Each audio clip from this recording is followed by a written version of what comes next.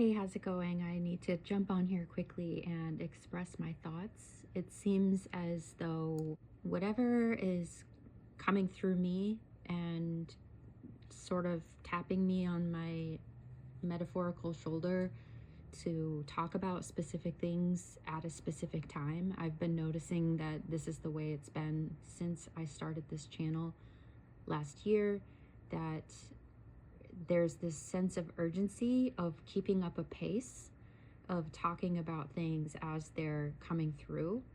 And I know that I'm not the only one. There's quite a few others that I've been observing that are sharing the same information that's coming through as well from their unique lens of perception.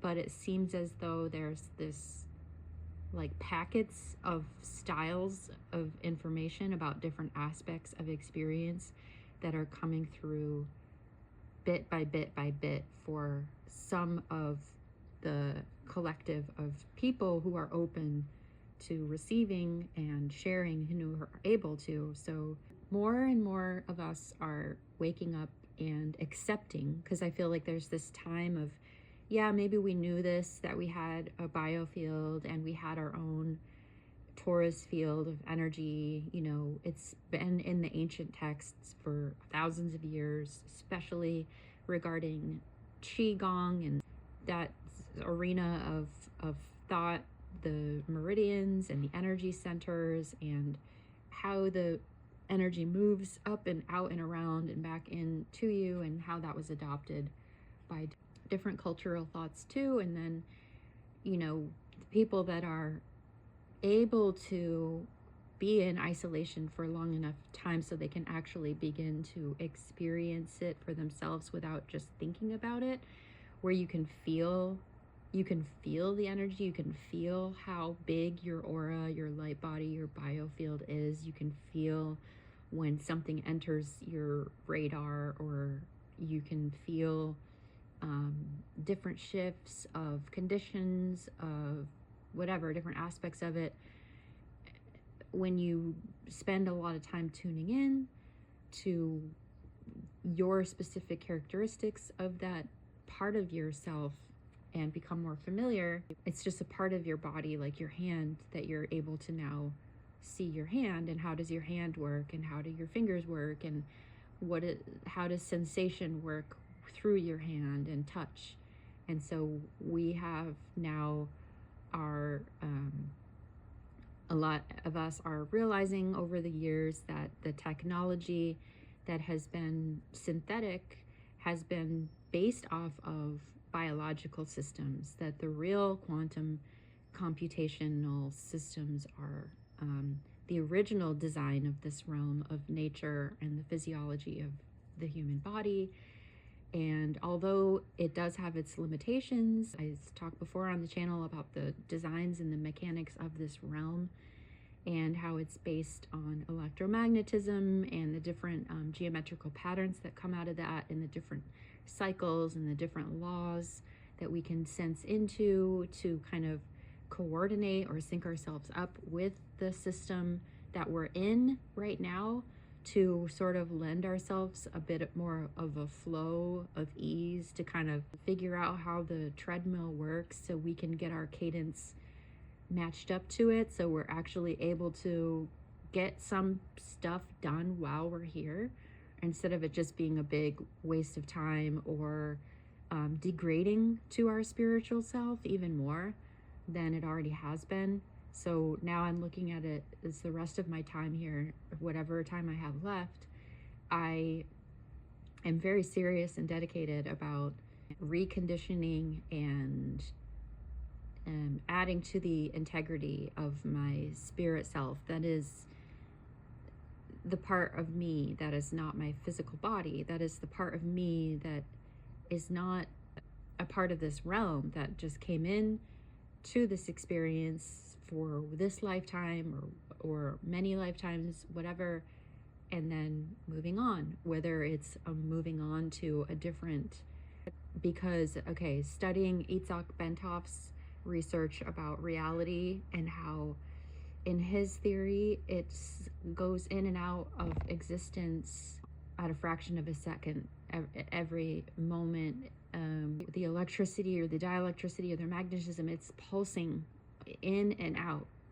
Transverse waves, longitudinal waves, 1 and 0, masculine and feminine. It's going back, flipping poles, constantly blipping in and out of existence, however you want to break that down and put that on a metaphor as. So last night when I was drifting into sleep, I was very aware and of tracking myself as my awareness started to, notice that my body's falling asleep, and my awareness not to get foggy, and to realize the different cycles of thoughts that I usually have had in the past when I'm falling asleep, going over different memories popping up or whatever, and realizing that these times and these liminal spaces when we have more authority and more silence and stillness, we're not in the middle of the day where there's so much noise and static and energy and thoughts and things coming from all different directions. We have this more like focused time in the morning and the night where we can do this conditioning for ourselves to recondition, to retune, to attune. And I think it's so cool. My name, Heather Mattoon, it's like I'm realizing everybody's name is a specific meaning, and Heather is like, heaven and earth, or he at her, the meeting of the masculine and the feminine, but it's like this bridging. And then the attunement, Mattoon, my attunement of bridging myself to become that 0 point, to meet myself in that center of masculine, feminine, positive, negative, in and out of existence, 1, 0, all the things. So it seems that, okay, we can also pretend that this person is the earth, the realm as well. So information comes in through our subconscious gateway, I think is a portal. I think that the subconscious for the collective and the individual has been hijacked, and we can take back our protection of that and our guardianship, our stewardship of our subconscious, so I've said before, I haven't watched movies or read different books or watched TV programs or shows or listened to popular culture radio or advertisements for well over 10 years on purpose. Not because I don't like decoding because I can definitely get it that a lot of things are put there to show us the information in a roundabout manner. I get it, but I also don't need to watch things to get that information. I can get it from observing the world in other ways. So I don't think I'm missing out, and I did it on purpose for this amount of time because I know how powerful subconscious seeding is and how tricky and manipulative and insidious it is under the layers of music, of emotion, of high quality production, of acting, of all these different ways to get ourselves hypnotized to be so susceptible to things, even subliminally, that we don't even catch, that we're not able to catch, that are being seeded in our subconscious. And then inadvertently, the collective has been creating from, as the information comes through the subconscious gateway and is flowing around in our creative bubble of manifestation potential, it comes back around, and whatever holds the strongest charge, it's either triggering our emotions or our traumas, or working off of our fear. If we have this stuff implemented that we see on on the screen of, oh, I'm secretly afraid that this is going to happen, or I'm secretly afraid that the world is going to, this is going to happen to the world, or this disaster or that. I'm secretly afraid of this. Well, those fears, this churning in this central furnace where our dielectric core is actually creating from, it doesn't matter if we're excited or fearful about whatever's floating around in the subconscious ingredients. It's going to come out, and we've been collectively creating and designing and building this aspects of this realm based on subconscious programming and fear-based predictive programming. So we may see something and be afraid of that happening and say, oh, it's because they're showing us, they have to show us to do it, because they don't, otherwise they won't have permission, and it's like black magic. So, but no, it's they show us so that we will do it for them over time. We'll slowly feel more acceptance of a certain thing rolling out a certain way because we saw something and we've been afraid of that happening, so we're just going to allow it to happen inadvertently.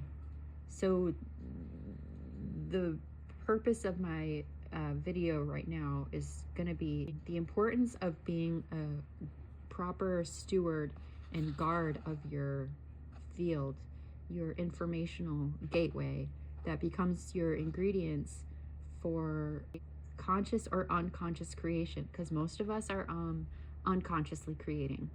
And it's not to say anybody's good or bad, it's just we haven't learned how to use this tool, this sensory organ of ours. Even though it's invisible to our senses, we can measure this on instruments that are able to pick up more than the human physiology is able to measure. So we just have to learn to exercise our subtle senses and understand how important it is.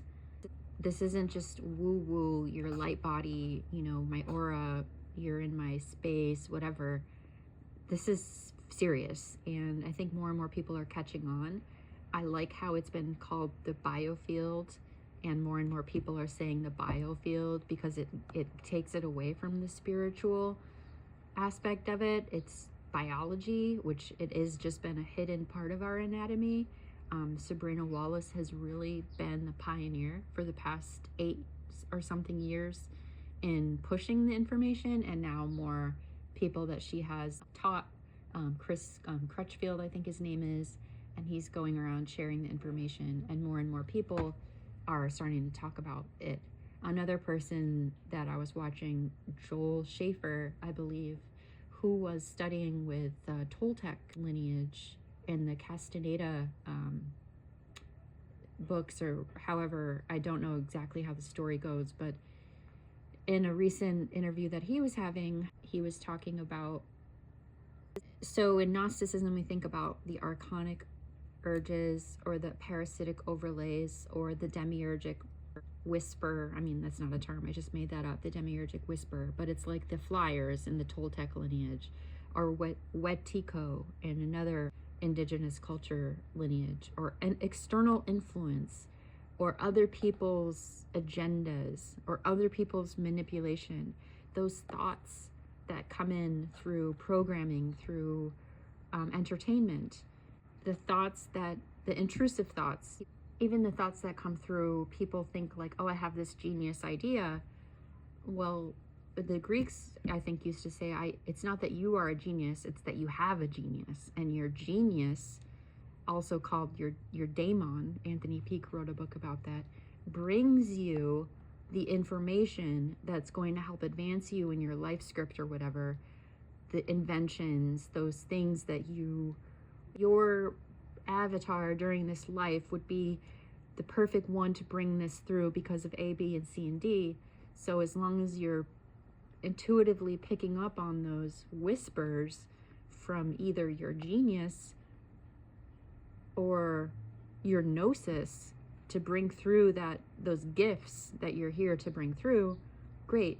Well, sometimes it can be confused as to where the information is. Joel Schaefer says the flyers are very influential, but they operate on a more inorganic mindset.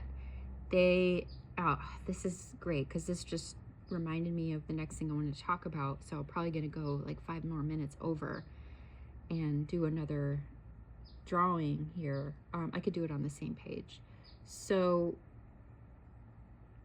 he said they have like an inorganic mentality. So they will give people instructions, the engineers, to build the skyscrapers and the roads and the things that are so linear and seemingly advanced. Like, how did we think of this stuff? There was like a shift, right? When we went from the more feminine, organic architectural constructs to a more masculine, linear, brutalist type of manifestation of architecture. And it's interesting, like, what would happen? What is the shift? And so I was thinking about that. And so one thing he said quickly was that the flyers, these parasitic, predatorial, manipulative, that come through our subconscious gateway. I feel like the subconscious is like a portal to the other realms, and information can come in through there, and we can also be influenced through there because it's connected to our trauma residue, our memories. It's very like sticky, and so it's hard to know, you know, we can have a lot of attachments in there, and it's hard to know if it's from yourself, from your past, or if it's an intrusion. So he said that the flyers make it so we are building our own prison for them.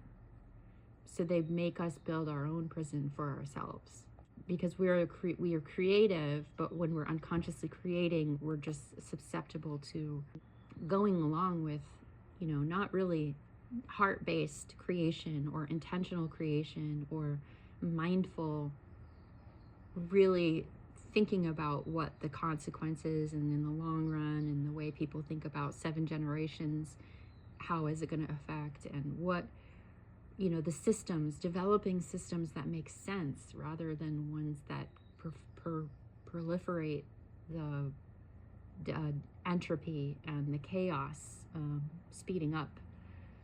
So yeah, I was thinking about what is it about that more linear, inorganic way. And remember when I was saying earlier in the video about Itzhak Bentoff's concept that reality's blinking in and out of existence at a fraction of a second. I was thinking about when Ken Wheeler did an experiment where he took a magnet and it hung by a string in a glass of water, distilled water, and he took it out after it was frozen, and he could see this egg shape of electromagnetic flow. And so he said it's the way nature sees electromagnetism. So it's a spatial ratio of phi to 1 on one side, and on the other side it's 1 to 5 spatial ratio. So that makes it like tapered in on the top. Even here you can see it tapered in more on the top and wide on the bottom. And this is that cosmic egg shape. It's the same as the seed shape. And in the center is where the dielectric core of the egg, the yolk, the seed, the person, the realm is, and unfolds the creation out of. And so on the top of the magnetic substance, the electromagnetism forms at a slightly tapered in ratio, and on the bottom is the wider. So it's also 1, 0. So phi is the way the spatial ratio of phi to 1, the way that it unfolds is feminine. It's the spiraling, it's fluid, the phi, so, and then the tapered in is the 1 to 1, linear, blocks, restrictive. The feminine is the getting distracted. Spiral, golden ratio, the way that the organic natural realm has designs itself or is being designed because of the spatial ratio on whatever side of the magnetic pole it's on. So if we're on the top of the realm, the cosmic egg, electromagnetism flowing around, the plane of inertia, the dielectric core, and like I was saying, the Itzhak Bentov thing, like perhaps we switch in and out from 1 to 0, pole to pole, masculine to feminine, phi to 1, 1 to phi, over and over and over again, constantly. And it's up to us to tune ourselves to be aligned with one or the other, or neither, and not be influenced by either and stay in the center. But if you're pulled toward one polarity more than the other, it's just going to cycle back around. But if you're in the center, it's like a portal of that equanimity where it is not masculine or feminine, it is not 1 or phi, it is not spiral or linear, it is not masculine, feminine, north, south. It's the center, is a portal, is a gateway. So a practice to tune. So that's why our subconscious gateway is so important, is because we may be running ourselves on autopilot and not knowing really who the pilot is. And it could be these external influences trying to make us polarized more to synthetic technology.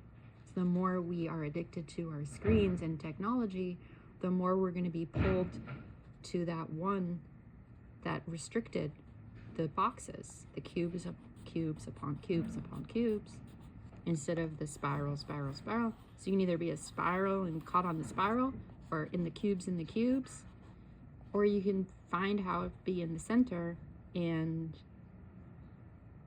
release yourself from this, because this is the perpetual motion. This is how it keeps going, is the push and the pull of the 1 to phi over and over. It creates a perpetual motion, free energy machine. That's how the torus works. So if your awareness is not pushing or pulling on any direction to keep it helping its momentum, and you sit in your awareness, which is your creative influential power in the center, then the more of us that do that, the more this extreme type of expression of polarity and duality stops manifesting. Or the ones of us that are tuning ourselves to be in the center will move accordingly to a next layer of less density or frequency that's more matching the work that we've been doing, the exercise that we've been doing while we're here. While we're alive, we have an opportunity to do this subconscious gateway management. It's like keeping your teeth clean, keeping your house clean, keeping your hands clean, keeping your subconscious clean, and able to know who's coming in and what thoughts are coming in. Are they yours? And how do you practice finding out what is yours and what's your gnosis, or what is a flyer, or what is a parasitic type of psychological entity that's giving you these intrusive thoughts. So I hope you understand what I'm saying, and leave me a comment and let me know your thoughts.